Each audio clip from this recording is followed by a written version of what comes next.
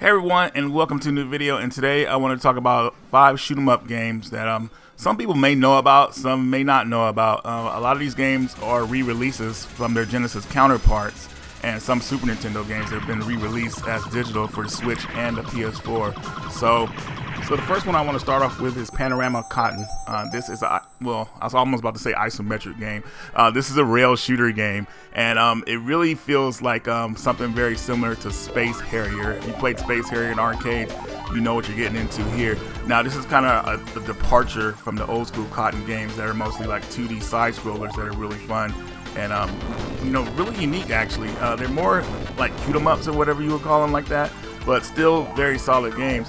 But this one's always kind of eluded me because it was just so different, but it's still a lot of fun. I'm just not very good at it. But that doesn't mean that it's not fun. This game is a lot of fun.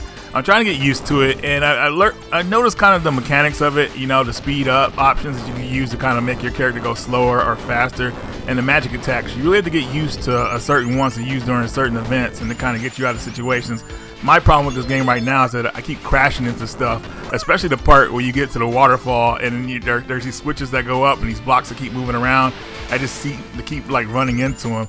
But I did have a run of the game where I did get past the first level, but this run you're seeing here is when I tried to play again. I was just not doing well, but still had a lot of fun playing this game. Now I'm a big fan of the Cotton series, so I definitely think you guys should pick this one up. And who knows, we might get a physical release of this game soon.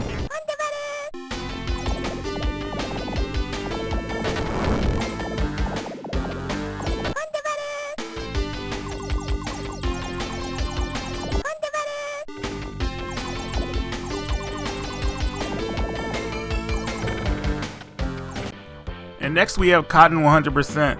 Now this was made exclusively for the Super Nintendo back in the day, and from the other Cotton games, it plays like the original game but a bit slower, but the graphics are very colorful on the SNES, and they're kind of like too colorful, but still that doesn't take away from the experience. You still have the cinematic cutscenes that you're rewarded with when you beat the levels, but the game is, I would say, it's kind of slower paced from the other games. At least to me it was. But the thing about that is that the game actually looks pretty gorgeous. Well, some of the backgrounds do, but like I said, it's a little too colorful sometimes, but still a really solid game. If you're a fan of the original games, you'll definitely like this one. And something that's really cool about this version, well, at least for the Super Nintendo it was, is that when you run out of lives, you could continue on the spot. A lot of Super Nintendo games will make you start over from the beginning of the level, or maybe even a certain checkpoint, but this game really has an arcade feel, like, hey, you have a certain amount of credits, you can start at a certain point. And of course, it has everybody's favorite tea time in it, which is cool. So tea time always annoys me because I want to collect all the teacups, but it just seems like it's impossible. It pretty much is. Anyways, guys, definitely check this one out if you're a Cotton fan.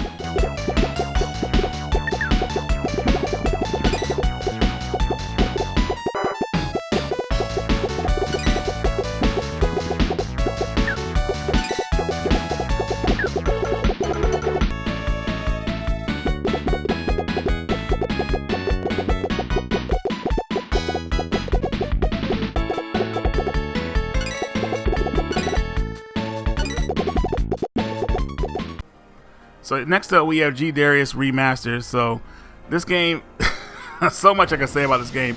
It is freaking fantastic, and I'm so happy that they did this remaster for it. So pretty much this originally was an arcade game. It came out back in 1997, and seeing this back in the arcades, it's probably blew a lot of people away. I mean, seriously. The backgrounds, the way everything rotates in this game is just truly amazing, and you really have to keep your eyes on the screen at all times because stuff in the background will come at you. It's just like, or it looked like it's about to come after you, and it's like you just have to really pay attention to everything. It's really a lot of fun. I love using the capture ball in this game because pretty much with that, you can use enemies against each other. So like their attacks or whatnot, you kind of use them in your arsenal. You can use them as shields, stuff like that. Just really just cool effect. Out of the whole series, this is probably my favorite Darius game. I remember having this on the PlayStation, and I thought it was phenomenal then. And even now seeing this HD remaster, I just feel like I'm falling in love with it all over again. Definitely a shoot 'em up game you want to pick up, but it does not hold your hand, so it's going to take a lot of getting used to. But still, it's a lot of fun.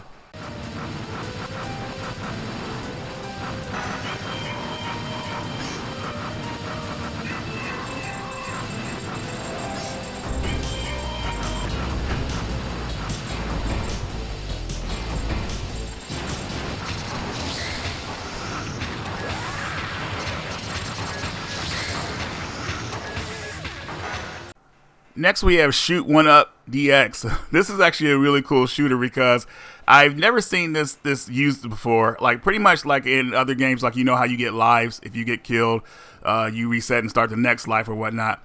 Well, this game does that, but it does it by adding ships to your arsenal. So say that you have 4 lives, that means you have 4 ships on the level helping you attack. And when you take hits, you lose ships. It's really cool. I've never seen this done in the game before. Usually your ship blows up, resets, comes back like that. This whole aspect is pretty cool because it could get pretty hectic on the screen, like how many ships you have. I want to say I've had around 15 ships.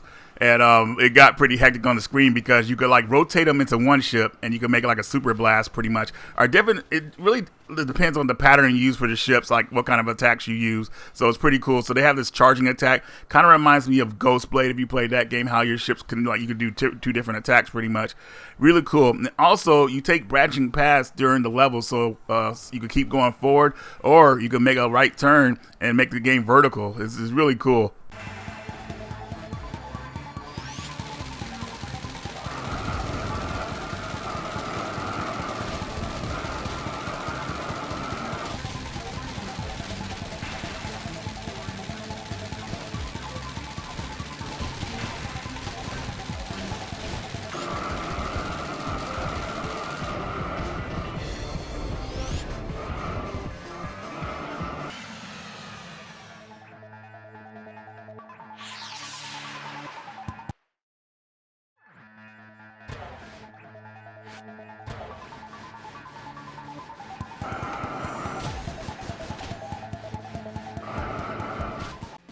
And next up, we probably have my favorite game on this list, Gley Lancer.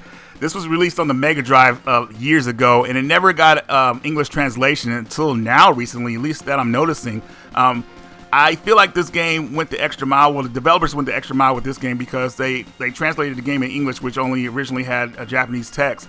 The other games on this list, though they're released here, there's no English text for the story mode, and that's mainly with both Cotton games. But just a small little tidbit about the story. It's about a girl named Luca who's trying to save her father later in the game. This game actually has 2 different endings depending if you can save her father. But anyways, the game is what I want to call one of those high risk, high reward type games.